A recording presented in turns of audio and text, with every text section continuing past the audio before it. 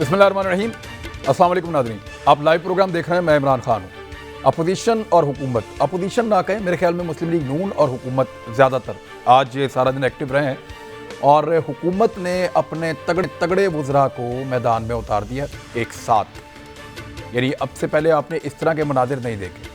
अब उन्होंने ऐसा क्यों किया और अब वो पॉलिटिकली इन चीज़ों के सामने आके उनको मुकाबला करने की क्या ज़रूरत है। इससे पहले जब बहुत बड़े बड़े जलसे जुलूस अपोजिशन क्लेम कर रही थी कि हम कर रहे हैं, जब वो बहुत ज़्यादा ज़ोर लगा रहे थे तो उस वक्त उनको इतना बॉदर नहीं किया गया था। लेकिन अब हुकूमत खुद मैदान में आ गई है और अटैकिंग मोड में नज़र आती है। क्या हुकूमत के हाथ कोई चीज़ लग गई है या अपोजिशन वाकई में अब सही रास्ते पे चल पड़ी है कि जी चलो इलेक्शन कमीशन जाके फ़ौरन फंडिंग केस का फैसला लो और ये सारा मामला जो है इसको ख़त्म करो। क्या ये हो पाएगा? और ये फ़ौरन फंडिंग केस जिसकी बात हो रही है, इसमें दोनों जमातों को, पीपल्स पार्टी को और PMLN को, दोनों से जवाब तलबी कर रखी है इलेक्शन कमीशन ने। और कई पेशियों के बावजूद, कई मरतबा जवाब मांगने के बावजूद ना मुस्लिम लीग नून आज तक जवाब दे सकी है और ना पीपल्स पार्टी आज तक जवाब दे सकी है। मज़े की बात यह है कि दोनों पॉलिटिकल पार्टीज़ के सवालात वहाँ पे पेंडिंग है। वो अपने सवालात के जवाब देने की बजाय दूसरे के सवाल का जवाब ढूंढने के लिए वहीं पे जा रहे हैं जहाँ से उनको सवाल भेजे जा रहे हैं। बड़ा इंटरेस्टिंग है। और हुकूमत जो है वो कहती है ये सवाल का जवाब दें, अपोजिशन कहती है वो सवाल का जवाब दें। अपने सवाल का जवाब देने के लिए कोई भी तैयार नहीं है। ये है इस वक्त की सिचुएशन। PDM क्या करेगी, किस लेवल तक जाएगी, उस पर बात करते हैं। हमारे साथ जो मेहमान मौजूद है मैं तारुफ करवा दूं। हज़रत अब्बास साहब किसी तारुफ के मोहताज नहीं हैं, सीनियर जर्नलिस्ट हैं और हमें ज्वाइन कर रहे हैं कराची से। बहुत शुक्रिया आपका। शहजाद चौधरी साहब सीनियर दिफाई और पॉलिटिकल तज्ज़ियाकार हैं, बहुत शुक्रिया सर आपका ज्वाइन करने के लिए। हमारे साथ तारिक पीरज़ादा साहब हैं, फॉरेन एक्सपर्ट हैं और साथ ही साथ जो हैं वो दिफाई उमूर के भी माहिर हैं, पॉलिटिकल उमूर पे भी बात करते हैं। आपका भी बहुत शुक्रिया सर ज्वाइन करने के लिए। मैं सबसे पहले शहजाद चौधरी साहब आपके पास लेकर आता हूँ इशू को। ये जहाँ पे अपोजिशन जा रही है यहीं पे अपोजिशन को जवाब भी जमा कराना है और 18 तारीख का गालबन इनको नोटिस दोबारा है। तो क्या ये 18 को जवाब जमा करवा के 19 को एहतजाज करेंगे या हमारे यहाँ पे सवाल उठाने का सिलसिला जारी रहेगा, जवाब कोई नहीं देना चाहता? डिपेंड करता है ना इमरान के PDM का मकसद क्या है। PDM का मकसद क्या, सवालों के जवाब ढूंढना या देना है या इंतशार फैलाना है। तो अगर तो PDM का मतलब इंतशार फैलाना है तो फिर तो ये सारे बहाने हैं। उसके अंदर कभी कोर्ट कौन सा बुलाएगा, कभी कहाँ पे नैब बुलाएगा, कभी इलेक्शन कमीशन उनसे जवाब मांगेगा। तो ये जवाब देने के लिए थोड़ी आए हैं। देखिए द पर्पस, दो तीन चीजें बड़ी वाज़ेह होनी चाहिए। पहली बात तो ये कि इनका मकसद क्या था। मकसद ये था कि किसी तरीके से इमरान खान की हुकूमत की छुट्टी करवाई जाए। अच्छा, वो पहले उन्होंने कोशिश की कि फौज के थ्रू काम हो जाए। वो काम फौज ने हैंड्स अप कर दिया। उन्होंने कहा हम तो ये काम नहीं करेंगे, आपका अपना मसला है, इसको आप पार्लियामेंट में ले जाएं, जिस तरीके से करना चाहते हैं, वोट ऑफ नो कॉन्फिडेंस कर लें जो करना। अच्छा, वो ज़ाहिर है उनके पास ताकत नहीं थी। इनकी कोशिश थी कि फौज ही को बंदोबस्त करके वोट ऑफ नो कॉन्फिडेंस के वोट भी पूरे करवा दे। अच्छा, वो तो फौज ने नहीं किया उनके लिए काम। फिर ये आ गए उस चीज़ के ऊपर जो कि इंतशार और डिसफंक्शन है। तो उसके ऊपर ये बैठे हैं। अभी तक फेज 2 चल रहा है इंतशार का और डिसफंक्शन का, ताकि ये गवर्नमेंट जो है किसी किस्म से काम ना कर सके। तीसरा, ये अगले चाहे इनको जितना टाइम मर्जी लगता है, इनका मसला ये मतलब ये होगा कि इमरान खान की गवर्नमेंट बिल्कुल पहले भी कौन सा परफॉर्म कर रही थी, अब बिल्कुल ही परफॉर्म ना कर पाए। और ये जो फेलियर ऑफ गवर्नमेंट है, ये लोगों के दिमागों में ऐसा बैठ जाए कि इमरान खान को 5 साल हुकूमत भी मिली, ना वो कुछ काम कर पाया, ना कोई इदारा चला, ना पार्लियामेंट चली और एक इंतशार की कैफियत रही। तो इसलिए इमरान खान में ये काबिलियत नहीं है कि वो हुकूमत बना सके और हुकूमत को चला सके। इस वजह से जो जिम्मेदारी है या जो भी उनकी वो है, वो वापस फिर इन्हीं दो पुराने खिलाड़ियों के पास चली जाएगी। तो ये मुझे, मेरी नज़र के अंदर मुझे यूँ लगता है कि ये गेम प्लान है। अगर बीच में कहीं पे भी कोई तंग आके किसी वजह से कोई और सिचुएशन अराइज होती है जिसकी वजह से ये लोग फिर उसको, इमरान खान को हुकूमत छोड़नी पड़ती है या कोई उनको मजबूर करता है, तो वो दूसरी बात है। लेकिन इनकी गेम ये है कि हम करते रहेंगे, खेलते रहेंगे जब तक इमरान खान उठ नहीं जाता या वो वक्त नहीं आ जाता जहां पर के जो इलेक्शन है, नए इलेक्शन 2023 का टाइम। उम्मीद दुआ तो यही होगी कि ना ऐसा हो, लेकिन this is how they are playing. So ये बाकी चीजें मैटर नहीं करती हैं जो इलेक्शन कमीशन के अंदर जाके कब किसने जवाब मांगा। आपने देखा है रोजाना, अब वो ब्रॉडशीट का मसला है। ब्रॉडशीट पे अब आप देखें, मतलब जिन लोगों ने जो कुछ किया है वो वही आके काउंटर ऑफेंसिव लॉन्च कर दिया उन्होंने। और लगता यूं है कि ये हुकूमत जो है ये वाली, ये इसका सबसे बड़ा फेलियर है कि इन्होंने क्यों ये देखिए ना, पाकिस्तान हाई कमीशन का वहाँ पे फंड फ्रीज हो गए, अकाउंट फ्रीज हो गए, तो क्या आपने क्या किया? ये 25 मिलियन कब गया, किस तरह गया? तो ये तो रेड हेरिंग्स होते हैं, किसी चीज के ट्रक की बत्ती के पीछे लगा देना, ताकि बाकी जो मेन इशू है उससे नजर हट जाए कि वो जो 1 बिलियन सऊदी अरेबिया से इंग्लैंड आया वो किसके खाते में जा रहा है और वो कौन है।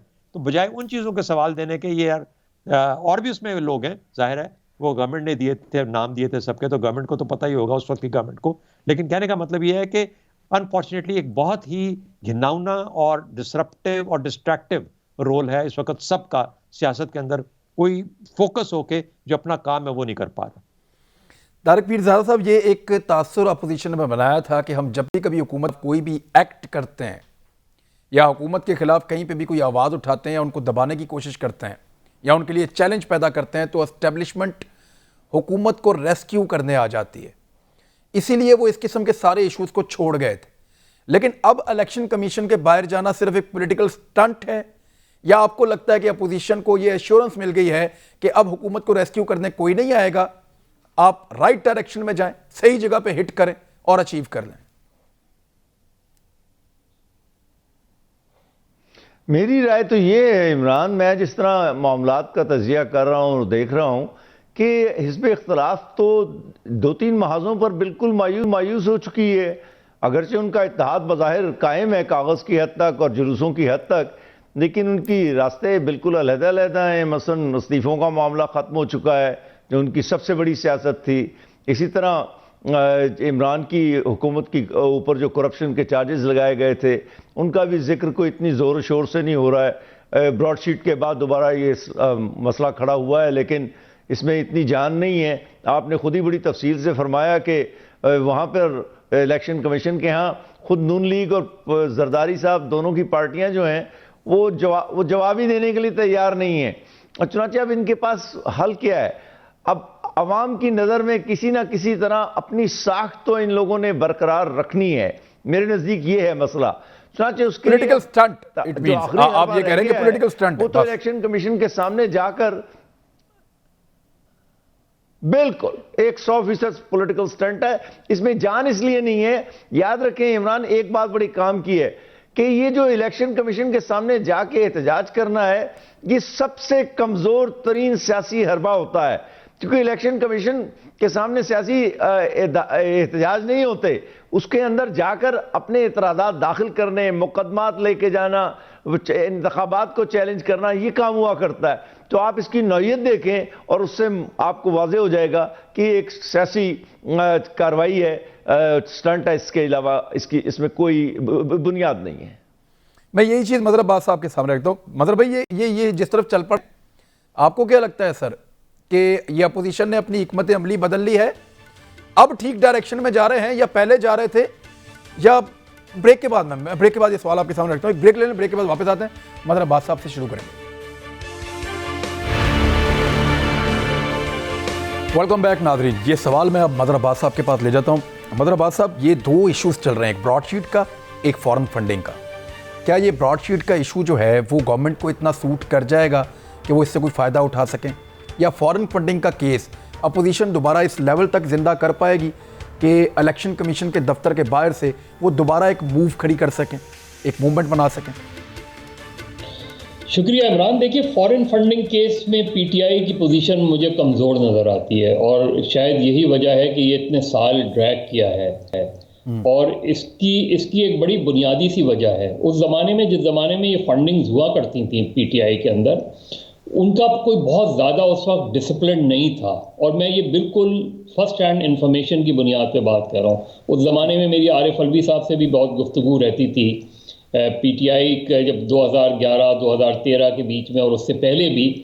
तो इलेक्शन का, अगर आपको याद हो कि पीटीआई के अंदर जो इलेक्शन हुआ था उसमें भी बहुत से सवालात उठे थे, और अगर आप जस्टिस वजीउद्दीन को आप अभी भी उनको ले लें तो वो बताएंगे कि उसमें उसकी जो उनकी फाइंडिंग्स थी उसमें क्यों, अगर इमरान खान उन फाइंडिंग्स को इग्नोर ना करते और उस वक्त वो फैसला करते, उसके बजाय उन्होंने जस्टिस वजीउद्दीन को ही बाहर कर दिया। यानी उस इलेक्शंस में बड़े सीरियस क्वेश्चंस उठे थे, जहांगीर तरीन साहब पे उठे थे, अलीम खान साहब पे उठे थे, औरों पे उठे थे। ये उससे ही कनेक्टेड है। और उस जो फंडिंग्स आ रही थी उसका प्रॉपर, वो ये मैं नहीं ये कह रहा कि कोई इलीगल आ रही थी या वो आ रही थी, लेकिन हर चीज़ का एक हिसाब किताब होता है, तो वो प्रॉपर हिसाब किताब नहीं रखा जा रहा था। बस पैसा आया जा रहा है, जमा हुआ जा रहा है, उसकी उसकी कोई चेक एंड बैलेंस नहीं नज़र आ रहा था। और इसमें बहुत से चीज़ें हुई, और आज जब उन्हीं का कोई आदमी लेकर गया उसको इलेक्शन कमीशन में, तो मेरा ख्याल है इसका फैसला 1 साल के अंदर अंदर हो जाना चाहिए था। इतना बड़ा केस नहीं था कि आप इस फैसले को 4 साल लटकाए रखें। तो मेरा ख्याल है वहां गलती हुई है। ये जो दूसरा मामला है पीडीएम का, पीडीएम तो इसलिए इस चीज को इससे जोड़ रही है क्योंकि जाहिर है उनके ऊपर अटैक हो रहा है, तो वो एक काउंटर अटैक के लिए उनको एक चीज मिली हुई है। वो जो पीडीएम का जो प्रॉब्लम है, पीडीएम का प्रॉब्लम बिल्कुल मुख्तलिफ है। वो यहाँ तो प्रेशर तो जरूर डाल रहे हैं, लेकिन ब्रॉडशीट का अगर आप देखें तो ब्रॉडशीट को अगर आप सामने रखें तो वो एक ब्रॉड चार्जशीट है, और वो चार्जशीट उन्होंने सबके हाथ में पकड़ा दी है। यानी वो इमरान खान या पीटीआई की गवर्नमेंट अपनी चार्जशीट पीएमएलएन के खिलाफ लेके जा रही है, पीएमएलएन ने उसमें से कुछ चीज़ें निकाल के वो चार्जशीट उन्होंने इमरान खान को के सुपुर्द कर दी है। इसी तरह नैप उसकी वजाहतें कुछ कर रही है, वो नैप के बारे में कुछ कर रहे हैं। बिल्कुल इसी तरह परवेज़ मुशर्रफ के पीरियड में जो अकाउंटेबिलिटी हुई और फिर रोक दी गई उस पर, तो ये ब्रॉडर अगर आप उसको पर्सपेक्टिव में देखें, उसका गवर्नमेंट जो है उसकी हैंडलिंग बुरी तरह कर रही है, और यही गवर्नमेंट इसमें फंस सकती है। इसलिए कि अगर इमरान खान को सबसे पहले तो चाहिए कि उन 200 अफराद के नाम जो है वो शाया करवाएं, कौन लोग थे जिनके उसमें $1 अरब जो है वो अकाउंट में थे, वो कौन लोग थे। और फिर ब्रॉडशीट के साथ गवर्नमेंट, अगर इमरान खान उसको इतना प्रेस कर रहे हैं तो फिर गवर्नमेंट उनके साथ इंगेज हो, उनके साथ एक नया मुआहिदा करे, उन सारे केसेस की इंक्वायरी को रीओपन कर लें, उसमें चीज़ें पता चल जाएंगी। अवॉइड क्यों कर रहे हैं? मेरी ये समझ में नहीं आ रहा कि गवर्नमेंट ब्रॉडशीट के साथ मुआहिदे करने में हिचकिचाहट का शिकार क्यों है। उसमें कहाँ चीज़ें प्रॉब्लम्स कहाँ आ रही है उसके अंदर। वो जाएं, उसमें नवाज शरीफ साहब भी फंस रहे हैं, उसमें जरदारी साहब भी फंस रहे हैं। उनकी जो इंक्वायरीज हैं उनको सामने आना चाहिए, जो इंक्वायरीज रोकी गई थी उनको सामने आना चाहिए। मतलब ऐसा लगता है कि गवर्नमेंट भी अभी ये असेसमेंट करना चाहती है कि ब्रॉडशीट के पास वाकई में वो मवाद है या नहीं है जिसकी वो दावे कर रहे हैं। गवर्नमेंट इस असेसमेंट को करने के बाद शायद डिसीजन ले पाए। हाँ, कर लें, वो उसमें कोई वो नहीं है, लेकिन आप अगर ये समझते हैं कि माजी में इंक्वायरियाँ और वो जो चीज़ उससे साबित हो रही है कि 2002 में जिस तरह इंक्वायरीज रोकी गई थी, जनरल अमजद साहब ज़्यादा बेहतर चीज़ों को बता सकते हैं कि उन्होंने जो 2 केसेस मुझे पता है कि जिसकी बिना पे जनरल अमजद 2003 में अपने आप को ड्रॉ किया। 2003 में जिस वजह जनरल अमजद तो पहले चले गए थे, जनरल अमजद ने जिस वजह से वो किया, जनरल शाहिद अजीज़ ने जिस वजह से जो है बैकआउट किया, वो चीज़ें बहुत बहुत खुलकर सामने। उसमें जाहिर है परवेज़ मुशर्रफ साहब के 2002 में 2001 के रेफरेंडम के बाद उनकी एम्बिशंस बढ़ गई थी। शाहिद अजीज़ साहब का आपने बात किया, ये 2009 में उन्होंने एक इंटरव्यू भी दिया था और उनका इंटरव्यू मौजूद है जिसमें उन्होंने बताया था कि परवेज़ मुशर्रफ साहब के हवाले से, नैब के हवाले से और किन किन के केसेस पे छूट दी गई थी उनके हवाले से। तो वो अगर उसको मिला के देखें आज के सिनेरियो के साथ तो सिचुएशन बड़ी क्लियर होती है। लेकिन मुझे एक चीज़ पे और जाना है। मुझे शहजाद चौधरी साहब, आपके मैं आगाज़ इसलिए करूँगा कि ज़रा थोड़ी आपकी इस पर ज़्यादा ग्रिप है हम सबसे बेहतर। भारतीय फ़ौजें अफ़गानिस्तान में उतारी जाएंगी उस वक्त जब अमेरिकन यहाँ से इनखला कर रहे होंगे। ये भारतीय मीडिया रिपोर्ट कर रहा है, 2 दिन हो गए हैं रिपोर्ट करते हुए उनको। वो ये कहते हैं हमारे वज़ीर ख़ारजा की अफ़गानिस्तान के वज़ीर ख़ारजा से बात हो गई है और हम भारतीय फ़ौजों को उतारेंगे अफ़गानिस्तान में और अमन अमल जो है वो हम मुकम्मल करके देंगे। दूसरा, अजीत दवल ने अनअनाउंस्ड विज़िट किया है अचानक से अफ़गानिस्तान का, और मुलाकातें भी हो रही हैं, अफ़गान सदर से भी मिले हैं, बाकी लोगों से भी मिल रहे हैं। ये सारा कुछ इस वक्त अचानक ऐसे क्यों हो रहा है? तारिक पीरज़ादा साहब, exactly this question for you sir, आप इस पर रिप्लाई करें सर काइंडली। हाँ जी, बिल्कुल, बहुत अच्छा किया कि आपने ये सवाल उठाया है। देखिए, मैं 2-3 कलीदी बातें दिफा के हवाले से करना चाहता हूँ। देखिए, अफगानिस्तान की मजमूई सूरत हाल ऐसी है, और जहां पे अमन मुज़ाकरात इस वक्त पहुंचे हुए हैं, और जो अमेरिका जिनसे और जिस अफगानिस्तान से निकलना अमेरिका की मौजूदा ट्रंप तक की पॉलिसी के हिसाब से मैं कहता हूं उसके रूह से, वो बहुत ज़रूरी है कि ये जो मुआहदात हैं, ये मुज़ाकरात का अमल जो है कामयाब हो, हुकूमत में तकसीम का फार्मूला तय हो, और उसके बाद इलेक्शन हो, और मामलात जो हैं अमन की तरफ जाएं। तो लिहाजा अमरीकी नुक्ता नज़र को ही मैं अगर सामने रखूं, तो मुझे ये अजीत डोवल और इंडियन मीडिया का जो प्रोपेगेंडा है, इसमें सिफर के बराबर भी जान नजर नहीं आती, क्योंकि अफगानिस्तान में हिंदुस्तानी फौज का उतरना तालिबान के हाथों हिंदुस्तानी फौज के कत्लेआम से ज्यादा उसकी कोई हैसियत नहीं हो सकती। अफगानिस्तान के माहौल से, उनके जोग्राफिये से, उनकी तारीख से, उनकी हिकमत अमली से जो तालिबान की वहां पर है, उसमें भारतीय फौज एक सिपाहियों की डक बन जाएगी वहां पे हासिल कर सकती है, वहां से ना किसी किस्म की कामयाब सियासी, जी बिल्कुल बड़ी सख्त नाकामी का सामना होगा। लिहाजा वो ये फैसला अमलन कभी भी नहीं करेंगे हिंदुस्तानी भारतीय कि वहां अपनी फौजें भेजें। वो किसी बिलवास्ता शक्ल में असलहा देंगे, पैसा देंगे, मुदाखलतें करवाएंगे, लेकिन बराह रास्त अपनी फौज भेजना मेरा ख्याल है भारतीय हिकमत अमली का हिस्सा न थी और न है। जी ठीक है, एक ब्रेक ले लें, ब्रेक के बाद अजीत डोवल अब क्या लेने गए हैं अफगानिस्तान में। नेशनल सिक्योरिटी एडवाइजर भारत के नरेंद्र मोदी के, और नरेंद्र मोदी को सारे मशवरे सिक्योरिटी के ऊपर देने वाले, और इस वक्त अफगानिस्तान का दौरा, और वो भी गैर एलानिया।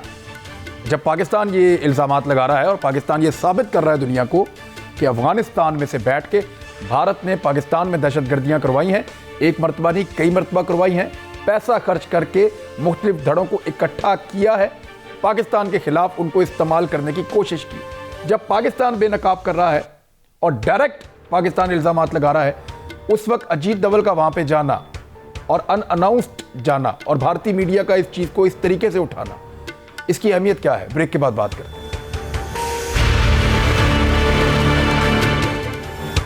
वेलकम बैक नाजरीन। अब सर हम एक बड़ा सीरियस टॉपिक शुरू करते हैं, आप सुन नहीं पाए, और वो सवाल मैंने रखा था पीरज़ादा साहब के सामने, और अब मैं शहजाद चौधरी साहब आपके पास लेकर आ रहा हूँ कि अजीत डोवल भारत से ट्रैवल करके सीधा फ्लाई करके पहुँचे हैं अफ़गानिस्तान, और ये गैर एलानिया उनका दौरा है।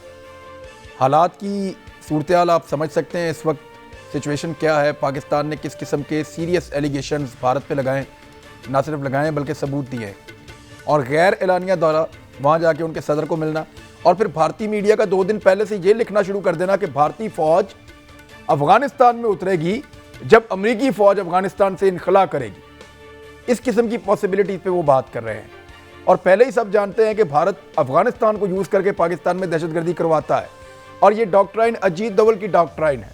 अब वो अफगानिस्तान क्या लेने गया है और ये स्टेटमेंट्स क्यों आ रहे हैं, इसके पीछे क्या?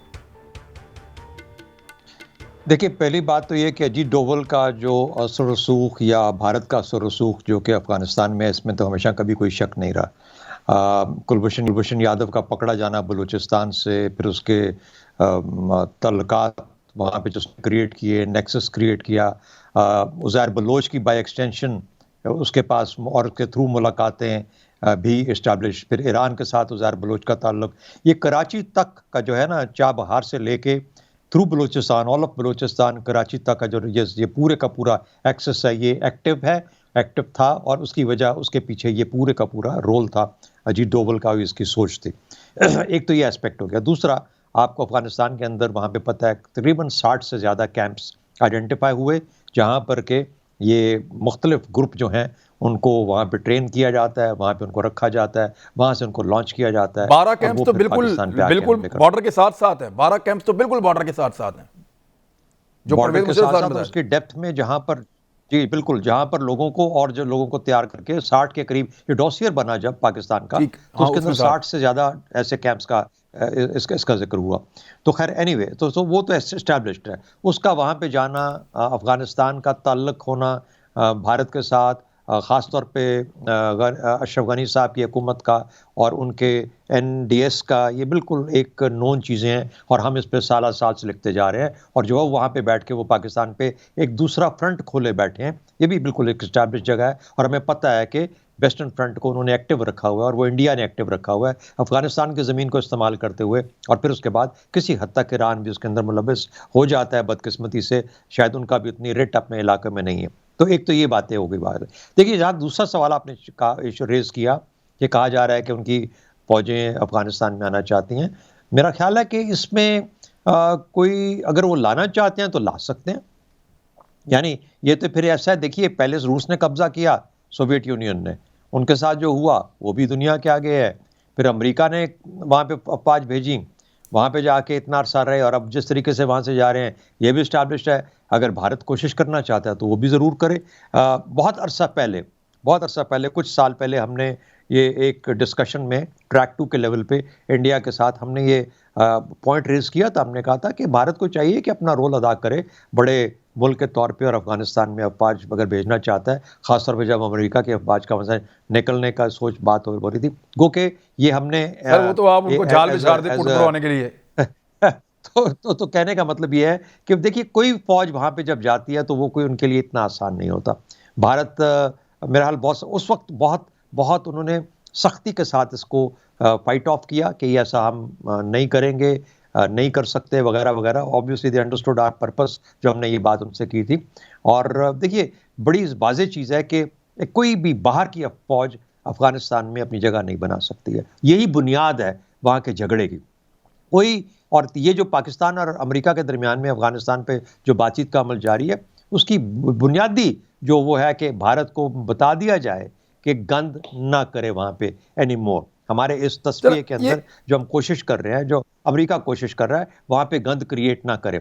लेकिन अशरफ गनी के पॉलिटिकल इंटरेस्ट से, और उसको वो पॉलिटिकल इंटरेस्ट भारत के साथ अपने कनेक्शन में भी नजर आते हैं, और भारत को साथ वो फिर वो खेल खेलता है मिलकर अशरफ गनी की जो हुकूमत है कि ताकि ये गंद रहे, अमरीकी ना जा पाए और वहाँ पे उसकी हुकूमत किसी ना किसी तरीके से कायम सस्टेन करे।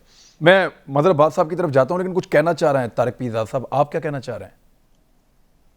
को पॉइंट आप रेस कर रहे थे। जी, मैं ये कहना चाह रहा हूँ, पहले जो बातें मैं कर चुका हूँ वो तो आप सुन चुके हैं। देखिए 3-4 बड़े मसाइल हैं हिंदुस्तानी फ़ौज के वहाँ आने से। एक तो ये है कि हिंदुस्तानी फ़ौज को अपना श्रीलंका का जो उनका तजुर्बा है राजीव के दौर का, वो बड़ी तल्ख यादों के साथ उनके जहनों में ज़िंदा है। दूसरी बात, अभी लद्दाख में इतनी बुरी तरह हिंदुस्तानी फ़ौज की साख ख़राब हुई है, वो भी उनको मालूम है। फिर उनका, हम कहते तो रहते हैं कि भारत एक बड़ा मुल्क है और वो दावा करते हैं कि 2 महाज़ों पे लड़ सकते हैं, लेकिन ख़ुद कश्मीर में और दीगर मकामात में तिब्बत के साथ साथ डोकलाम तक उनकी फ़ौज बड़ी मुश्किलात का शिकार है। लिहाजा एक और महाज पर जाना, और एक ऐसे महाज पर जाना जहाँ पर अमरीकी फ़ौजें भी और नेटो की फ़ौजें भी तालिबान के हाथों तंग आ चुकी हैं, तो वहाँ पर उनका दाखिल होना तकरीबन एक दिफाई खुदकुशी के बराबर है। और वो जो श्रीलंका में उनकी फ़ौजों के साथ हुआ था उससे कहीं ज़्यादा बुरा अफगान तालिबान के हाथों होगा, क्योंकि हिंदुस्तान की फ़ौज को एक चीज़ का तजुर्बा बिल्कुल भी नहीं है, वो जिसे गुरिल्ला वॉरफेयर का सामना करना कहते हैं, ये उनके तजुर्बे से खारिज है। और तालिबान जो है 20 साल से इस जंग के माहिर हैं। मेरा ख्याल है भारत को अगर अपनी लाशों की ज़रा सी भी कोई खैरियत दरिया, मेरा ख्याल है कि भारत ऐसा नहीं करेगा। ये प्रोपेगेंडे से ज़्यादा इसमें एक एंगल और है, इसमें एक एंगल और है, वो मैं अभी पूछूंगा आप लोगों। देखो मेरे पास वक्त है, मैं एक और एंगल पूछूंगा, लेकिन पहले मैं मदर भैया आपसे, सर बड़ी मुश्किल से नेटो और अमेरिका जान छुड़ा गया मुझसे। जी काइंडली जरा जी एक फिक्रा। दूसरी बात यह है, न तो चीन को अफगानिस्तान में हिंदुस्तान की मुदाखलत 1 मिनट के लिए बर्दाश्त होगी, न पाकिस्तान को बर्दाश्त है, और मेरा नहीं ख्याल कि ये किसी तरह भी ईरान के मुफाद में होगा कि एक अच्छी खासी फौजी कुव्वत उनके सरहदों के साथ साथ भी आकर बैठ जाए। क्योंकि जब आप फौज भेजते हैं तो मुल्क के एक हिस्से में नहीं जाती, उसको फिर अपना काम करने के लिए बहुत से इलाकों में अपने आप को इस्तेमाल करना पड़ता है। ठीक है मदर अब्बास साहब, क्या इंडिया आपको इस हिकमत अमली के साथ रेलिवेंट कर पाएगा? उसकी रेलिवेंसी जो है वो बढ़ पाएगी? क्योंकि अफगान जो अमल हो रहा है उसमें इंडिया को कोई शेयर नहीं मिला और प्रैक्टिकली वो कोई नजर नहीं आता, और ये चीज उसको खाती भी है, उसकी परेशानी भी है इस बात में। देखिए इमरान, मोदी जो है वो डोनाल्ड ट्रंप प्लस है। वाह। वो वो कुछ भी कर सकते हैं, लेकिन जो कश्मीर में फंसे हुए हैं उसके बाद मुझे नहीं लगता कि इंडियन आर्मी के अंदर ये बात बहुत ज़्यादा सपोर्टिव होगी कि हम अफ़गानिस्तान में एक ऐसी सिचुएशन में जाएं जहां अमेरिकन डिफीट खा चुके हैं, जहां सोवियत डिफीट खा चुके हैं, और जहां विक्ट्री कभी भी नहीं होती। वहां आप लड़ते रहें, सालों लड़ते रहें, लेकिन आप जीत नहीं सकते। तो मेरा नहीं ख्याल कि इंडियंस इस स्टेज पे, जहां वो कश्मीर में ऑलरेडी उनकी 5 लाख के करीब फौज जो है इंगेज्ड है, चाइना के साथ उनकी ऑलरेडी प्रॉब्लम है, वो एक नया महाज खोलेंगे। लेकिन जिस तरह मैंने कहा कि मोदी ट्रंप प्लस हैं, करने को वो कुछ भी करते हैं, लेकिन मेरे लिए ज़्यादा कंसर्न अफगानिस्तान नहीं, मेरे लिए ज़्यादा कंसर्न मिडल ईस्ट है। और उसका ताल्लुक पाकिस्तान से बहुत बनता है, जहां वहां जो इंगेजमेंट्स हो रही हैं वो पाकिस्तान के लिए मैटर ऑफ कंसर्न है। जिस तरह 4 मिलियन पाकिस्तानी हैं, more than 4 4 million. Million Pakistani हैं, और जिस तरह यूएई में इजराइल की एक्टिविटीज़ बढ़ी हैं, जिस तरह सऊदीज़ को इंगेज किया जा रहा है, जिस तरह एक